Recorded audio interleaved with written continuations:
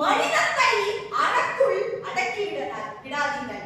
ஏனென்றால் கேட்கும் திறனற்ற உயிர்களுக்கு கூட உதவுவதுதான் உயிர்மை அறம். முல்லைக்கு தேர் கொடுத்த பாறையில் இருந்து நம்முடைய சோற்று பாத்திரத்தில் ஈ வந்து அமர்ந்தால் என்றால் அந்த சோற்று பாத்திரம் சுவரில் அடிக்கப்படும். ஆனால் வள்ளலாருடைய சோற்று பாத்திரத்தில் ஈ அமர்ந்த போது அந்த ஈக்கு சோற்று பாத்திரத்தை சொத்து பத்திரமாக எழுதி வைத்தார் என்றால் அதுதான் அறம். காக்கை குருவி எங்கள் ஜாதி என பாடிய பாரதியில் இருந்து நேற்று இறந்தும் 11 மாத குழந்தை தன்னுடைய உடல் உறுப்புகளை தியாகம் செய்தது என்றால் அதுதான் உண்மையில் அறம். மறந்தும்